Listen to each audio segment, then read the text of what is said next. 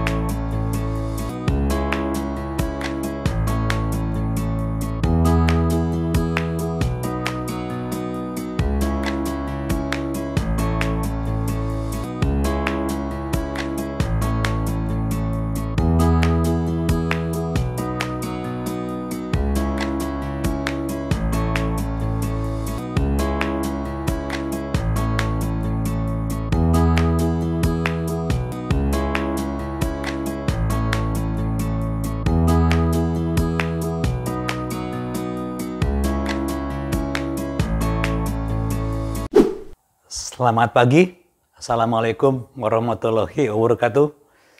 Para sahabat Danis Bike, pada hari ini, hari libur, saya Dani kembali menjumpai para sahabat semuanya. Mudah-mudahan pada musim hujan ini semuanya sehat teman-teman, karena dengan perubahan cuaca, saya juga agak sedikit flu. Mudah-mudahan teman-teman semua juga sehat sejahtera dan tiada kurang satu apapun.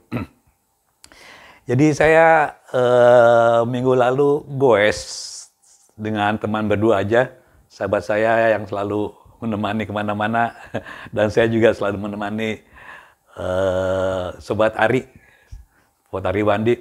Saya ke ini teman-teman, ke Sunter ya, Danau Sunter ya. Memang sudah berapa kali saya ke sana, saya mengulangi kembali. Jadi pada musim hujan ini ya airnya kembali ya, bagus, agak bersih lah ya. Dan ini salah satu wisata yang bagus ya. Andai kata teman-teman menginginkan wisata-wisata kota ya, selain Ancol ya, daerah utara, Sunter juga lumayan teman-teman. Bagus, suasananya juga kita bisa keliling danau ya. Di sana ada dua danau yang terpisah. Jadi danau yang pertama itu yang ya cukup luas ya. Di sana juga ada restoran seafood yang skalanya lumayan, seperti juga restoran-restoran nasional yang lengkap lah menunya. Saya menikmati hidangan di sana, kemudian saya kembali ke rumah setelah jalan-jalan keliling kota, ya lumayan, dapat 40 km. Kalau musim hujan begini, kelihatannya ya kita juga tidak menghalangi ya, tetap goes juga ya, tetap beraktivitas, ya jangan lupa juga bawa jas hujan teman-teman ya. Dan biasanya kalau kita setelah goes sepeda ya kotor, dan kehujanan demikian rupa ya, pada beberapa kondisi tertentu yang saya belum tahu ya. Ya nyatanya juga kalau hujan itu juga kita perlu merawat sepeda ya, karena sepeda itu ya bagian-bagian tertentu memang perlu dirawat teman-teman ya. Ini seperti ini teman-teman ya. Ini sepeda semua ya. Kalau hujan itu ya kita memang perlu perhatian khusus ya, terutama bagian-bagian yang bergerak ya, seperti ini ya. Ini rantainya ya.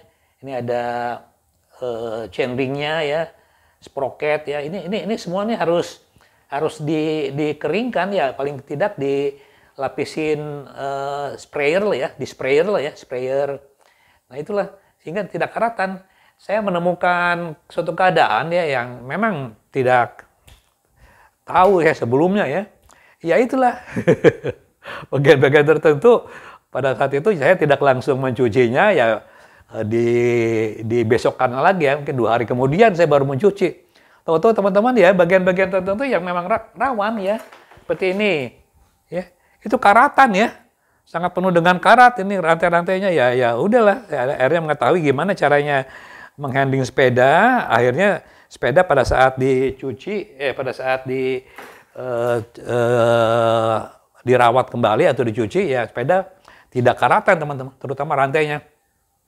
Jadi memang ya pada sepeda-sepeda sekarang itu sebagian ya itu komponennya juga udah bagus-bagus ya, dan frame-nya juga ada karbon, titanium ya, yang memang tidak berkarat ya. Tapi kalau komponen tetap saja ya perlu kita perhatikan, sehingga tetap ya setelah sepeda kita pakai belusukan, baik itu sepeda MTB atau sepeda lain setelah kehujanan, itu tetap teman-teman ya komponennya juga kita perlu rawat, sehingga ya sepedanya kembali ya utuh ya, tidak karatan atau tidak bearingnya tidak macet ya, gara-gara kita kurang merawatnya, sehingga ya keluarlah biaya tambahan.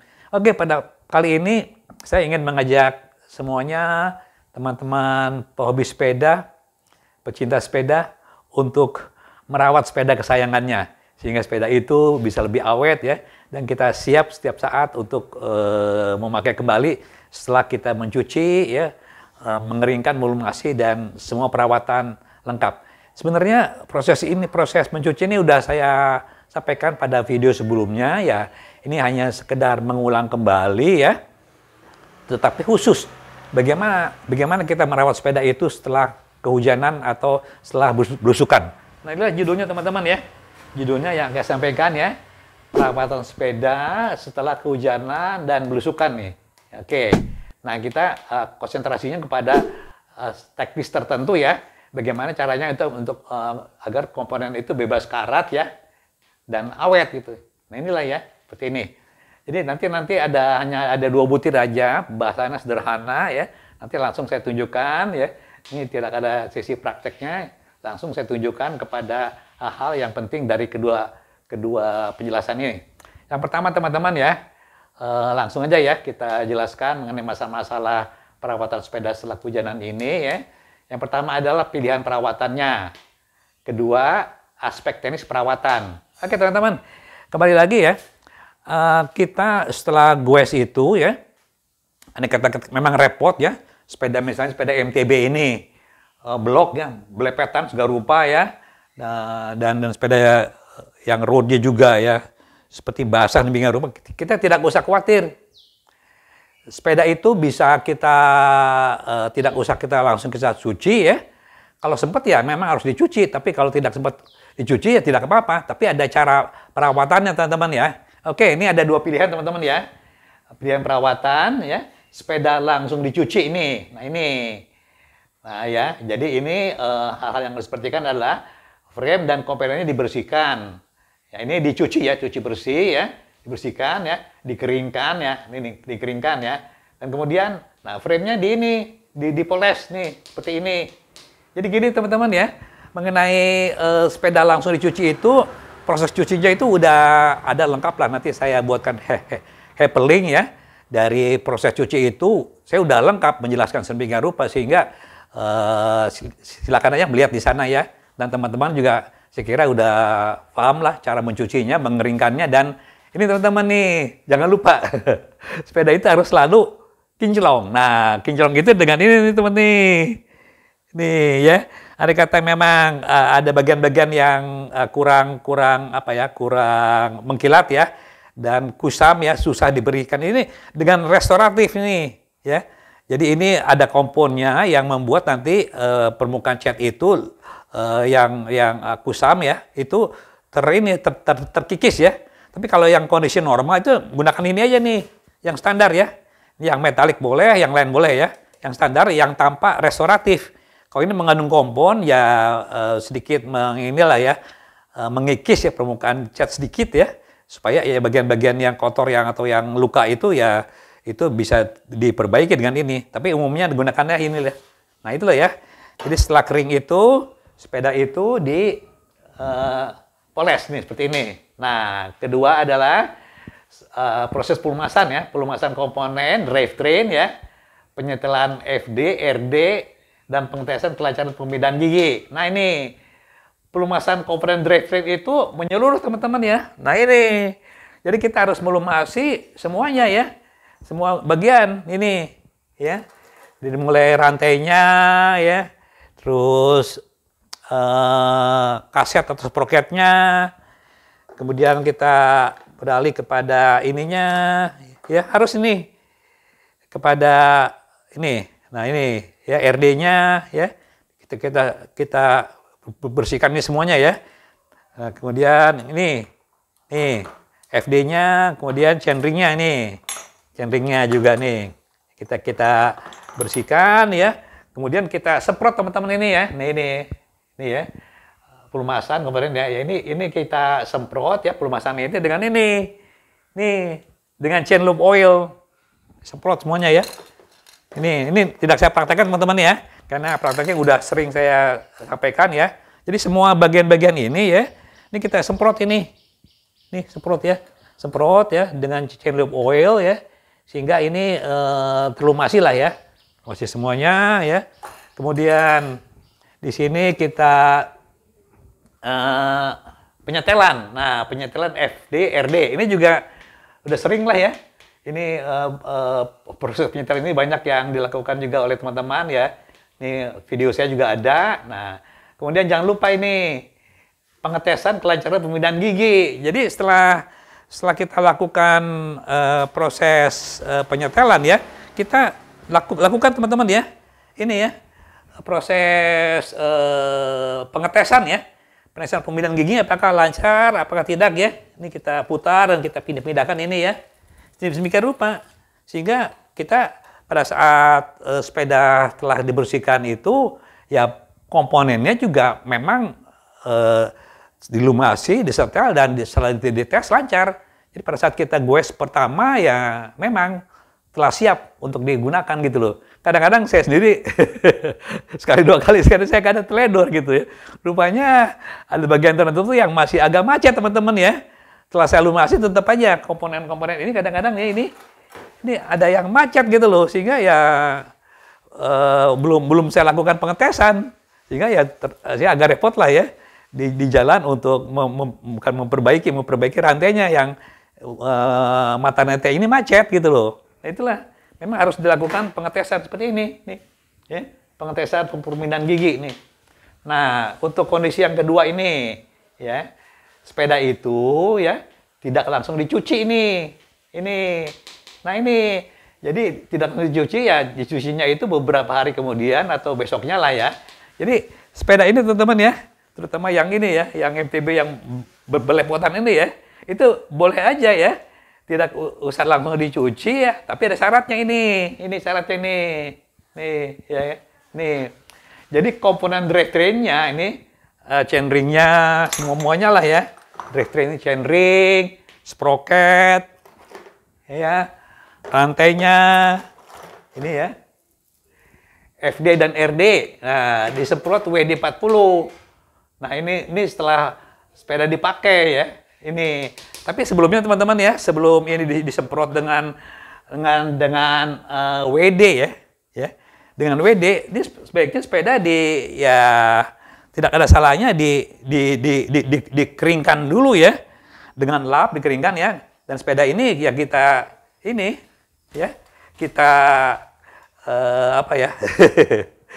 kita angkat dan kita lempar ke lantai gitu ya, sehingga bagian-bagian yang tertentu yang ini yang ada airnya ya itu jadi airnya itu akan jatuh gitu loh. Kemudian bagian-bagian yang penting ya teman-teman ya, kita semprot ya ini ya, drivetrain ya, ini kita semprot ya, semprot. Ini semuanya kita semprot teman-teman ya, rantainya kita semprot, ini semua semprot, sehingga bagian-bagian yang ini rawan dari karatan ini itu akan terhindar, karena bagian-bagian ini Setelah dilapisi dengan ini lapisan oli ya yang ada di WD ini, disemprot semuanya ya, semprot gitu ya, semprot semuanya. Ini drivetrain teman-teman ya. Chainring, rantai, FD, RD ya, sprocketnya ini kita semprot semua. Nah ini, itulah caranya menghindari ya sepeda ya dari ini karatan, terutama ini rantainya teman-teman ini rawan karatan ini. Jadi kita memang harus disemprot rantainya. Jadi saya udah ngalami 3 kali bahkan saya kelupaan besokannya ya, habis hujan ya. Rantainya saya abaikan ya, tidak saya semprot dengan chainring ya, tidak semprot dengan WD, semua bagian rantainya ini ya besokannya ya karatan teman-teman. Pada saat karatan ya pasti ada erosi yang membuat rantai itu lebih cepat aus.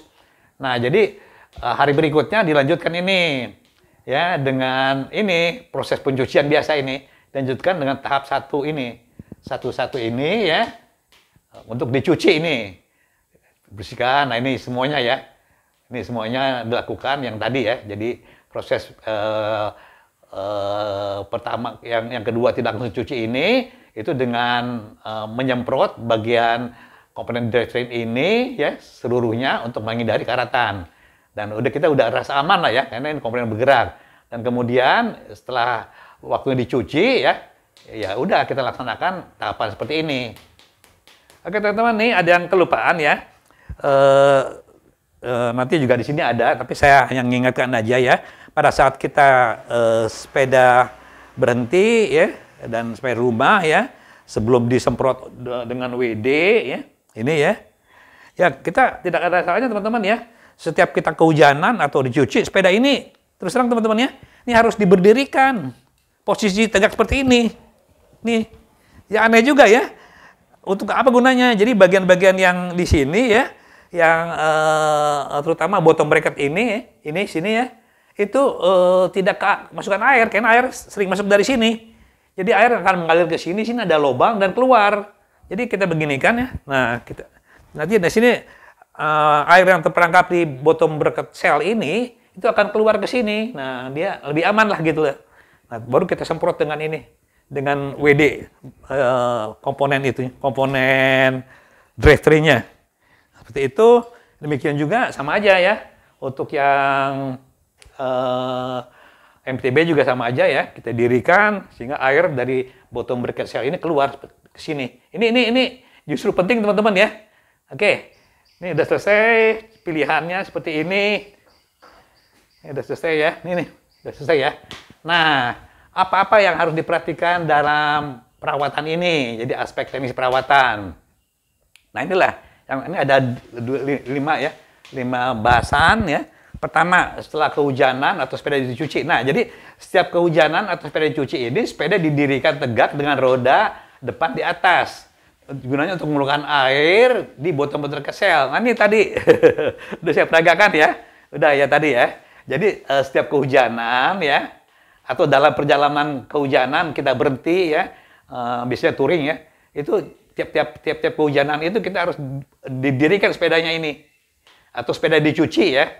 Jadi andai kata tidak hujan juga, kalau andai kata sepeda dicuci ya, sebelum dilumasi, komponen dilumasi ini, sepeda memang harus didirikan ini tegak dengan roda depan di atas, sehingga air ini keluar dari bottom bracket cell nih, air ini. Ini saya udah ngalami kerugian ini 3 kali teman-teman. Jadi bottom bracket cell ini saya ya, terus terang ini ya, ini karatan ya, terutama yang ini, yang kotak dan ini, karena air masuk ke dalam ya. Masuk ke dalam sini ya, ke seat tube-nya ke sini ya, dari bagian dalamnya yang terhubung ya, ini karatan semuanya, sehingga saya harus mengganti bottom bracket-nya seperti itu. Oke, ini yang kedua nih, dalam kondisi kita perjalanan ini touring bersepeda ini ya. Jadi kalau touring itu kita tidak usah mencuci, karena ya memang kurang memungkinkan ya kita touring 7 hari, setiap hari kita mencuci, tidak perlu lah ya. Jadi hanya frame dan komponen yang kotor ya, cukup dilap saja ini supaya jangan terkotor ya, terkena butiran pasir atau ya sebagian melanggar kotoran lumpur ya. Ini cukup dilap basah aja. Ini telah saya lakukan dan saya merasa nyaman bersepeda ya, karena sepedanya tiap-tiap pagi sebelum berangkat ya saya bersihkan dan saya lumasi gitu ininya. Nah ini yang kedua, komponen drivetrain dibersihkan dan dilumasi dengan chain loop oil. Nah ini jadi memang ini komponen selain pembersihan frame dengan lap basah ya pada pagi harinya atau sebelum berangkat ya, komponen drivetrain juga dibersihkan teman-teman ini. Ini menggunakan itulah sikat gigi sekedarnya ya. Saya waktu itu memang saya bawa dengan botol kecil, bawa minyak tanah dengan sikat gigi, saya bersihkan rantainya ya, dan lumasinya dengan ini chain loop oil ini. Ini. Nah, ini chain loop oil seperti ini ya. Dilumasi ya. Dan dilumasi dengan ini. Pembersihannya ya dengan sikat gigi dan itu aja cukup lah. Dengan cairan. Ya kalau misalnya nggak ada minyak tanah, kayu putih juga bisa teman-teman ya. Itu yang saya pernah sampaikan, bahwa pembersihan bagian-bagian yang terkena oli itu cukup dengan kayu putih. Ya aneh juga ya. Memang ada dua teman-teman ya, chain loop oil ini. Saya lebih suka ini. Jadi andai kata kita ini ya, maaf ya bukan merek ya. Ini yang merek kit ya, kebetulan ya. Ini ada kemasan yang murah teman-teman. Di Alfa ini banyak yang jual. Jadi saya selalu bawa ini di sepeda gitu loh ya. Dan ini bisa dimasukkan ya ringan ya, masukkan sepeda dan kita menggunakan inilah ya untuk pelumasannya ya pada saat touring ini. Dan ini setelah saya lakukan, bahkan teman saya juga meminta jasa saya untuk melumasi ini dengan ini. Ini bagus ya kondisinya ya. Ini mengandung lilin ya. Jadi ini bisa langsung kering setelah disemprot. Kemudian ini khusus ini ya. Aspek teknis ini untuk sepeda ini, sepeda tertentu ya yang menggunakan V-brake dan U-brake. Biasanya ini sepeda lipat, ada yang pakai U-brake dan sepeda jalan raya atau sepeda road ini. Ini teman-teman ya, khusus untuk sepeda road ya yang masih menggunakan V-brake atau U-brake ya ini U-brake ya. Kita harus memperhatikan teman-teman ini hal seperti yang saya perhatikan ya. Di sini ini biasanya ini kapas remnya ya itu celah alur ya kapas rem ini tertutup kotoran. Jadi U-brake ini seperti ini ya. Nah ini ya. Nah ininya bagian ininya ya, ininya tuh biasanya tuh tertutup kotoran teman-teman ini ya kita bisa renggangkan ya, ini kita renggangkan, kita copot ininya, kita bersihkan ya, kita copot bannya, bagian-bagian kapas rem yang ada celahnya ini biasanya tertutup kotoran ini, sehingga proses pengereman nanti bisa terganggu ya. Ini kita bersihkan ya dengan obeng aja, bersihkan demikian rupa ya ini bagian celah-celah ini. Nah ini kita bersihkan ya. Ini biasanya ini juga saya alami bahkan berulang-ulang ya saya di jalan ya waktu saya keliling Bali menggunakan sepeda road ya. Ini saya bersihkan ininya, celah-celahnya. Nah demikian juga untuk yang menggunakan ini V-brake. Ini juga kotor teman-teman ya. Nih kotor. Celah-celah saya bersihkan ya. Nah ini yang perlu dilakukan khusus untuk V-brake ya atau U-brake seperti ini. Nah yang kedua adalah kita harus memperhatikan ini pengecekan jejak kikisan kapas rem tidak keluar brake liner. Nah ini ini terjadi ke saya nih yang waktu saya menggunakan road bike ya. Ini jadi memang ya. Ini pada saat kita melakukan perjalanan di hujan atau kondisi jalannya becek atau ya kotor lah ya. Ini nih brake liner ini ya itu tidak boleh terkikis di luar brake liner. Jadi memang harus pengereman itu harus ada di brake liner seperti ini. Jadi kadang-kadang ini sampai habis teman-teman ya. Pengikisan itu bahkan keluar dari brake liner ini gitu loh. Kita harus cek. Andai kata ini memangnya ini sudah termakan kikisan ya ininya ya. Ininya sudah termakan ya dan ininya menyentuh bagian luar dari brake liner ini ya. Nah ini seperti ini ya, ini keluar dari ini ya.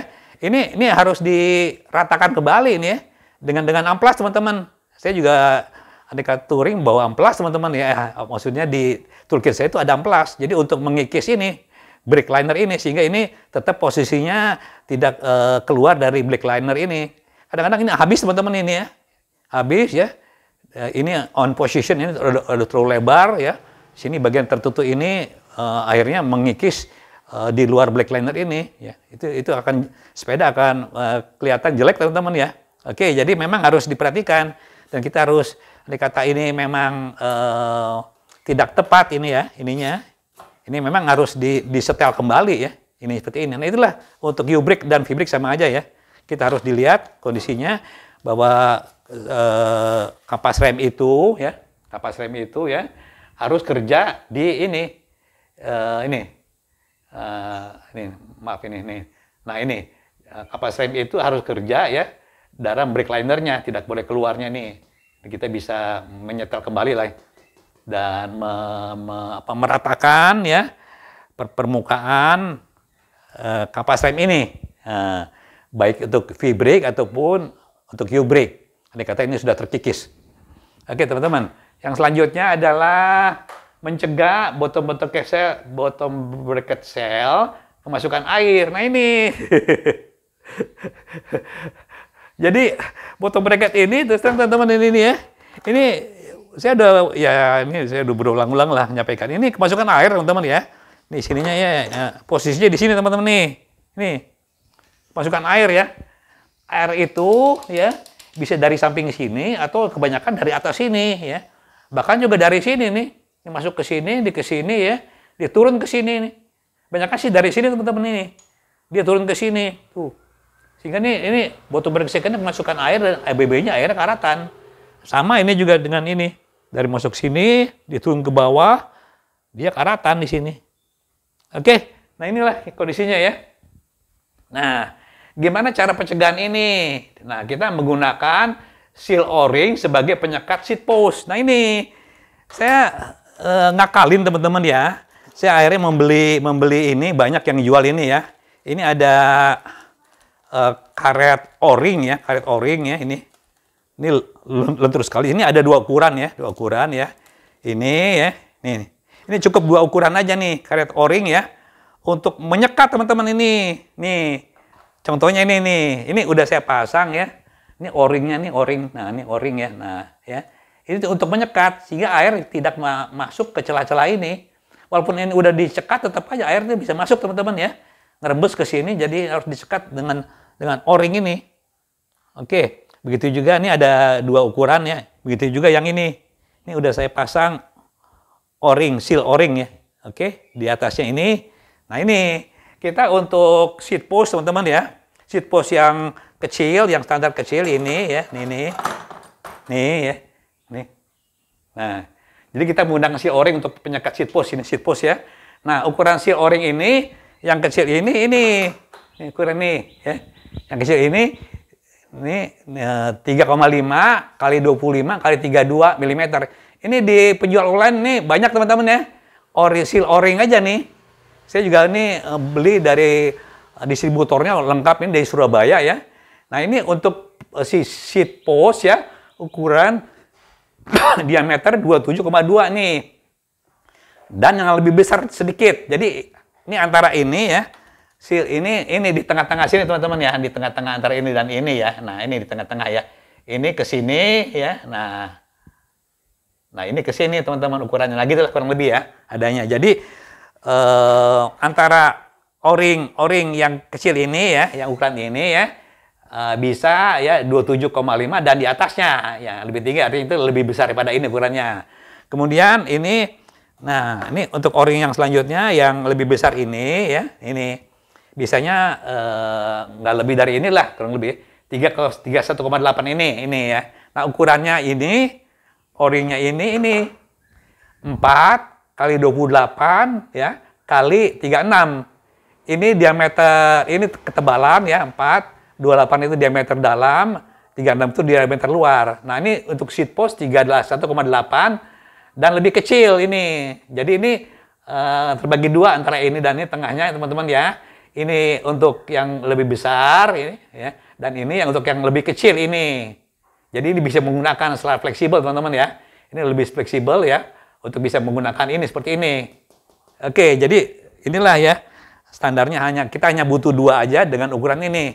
Ini bisa untuk gunakan yang kecil dan lebih besar ke arah sini, ya. Dan ini bisa gunakan untuk yang besar dan mengarah ke yang lebih kecil sini. Oke, ini bisa beri harganya ya murah teman-teman ya, nggak lebih dari antara 5 ribuan lah, kurang lebih ya. Ini seperti ini. Oke, ini kita bisa masukkan teman-teman ya. Ini kita copot ininya ya. Kita masukkan aja ke sini. Tuh. Kan ke sini. Nah, ini. Nah, kita masukkan lagi ke sini. Nah. Oke. Dengan ini ya air yang dari atas sini itu tidak turun ya. Di celah-celahnya sini memang walaupun itu terjepit ya ada sela-sela yang memang tidak bisa penuh gitu. Dia di sela-sela ini ya dia bisa turun air ke bawah gitu. Kemudian yang besar juga ya ini. Ya, kita bisa pasang ya. Ini biasanya untuk yang MTB teman-teman ya. Seat post-nya ini agak besar. Nah, kita masukkan ini. Nah, ini. Oke, nih. Nah, kita masukkan sini. Ya, seperti itulah ya. Oke, itu caranya ya. Cara solusi untuk mencegah bottom bracket ini ya. Masukkan air seperti ini. Nah, ini terakhir nih teman-teman. Pencucian yang dilarang. Ini saya pernah dulu belusukan sama bertiga ya.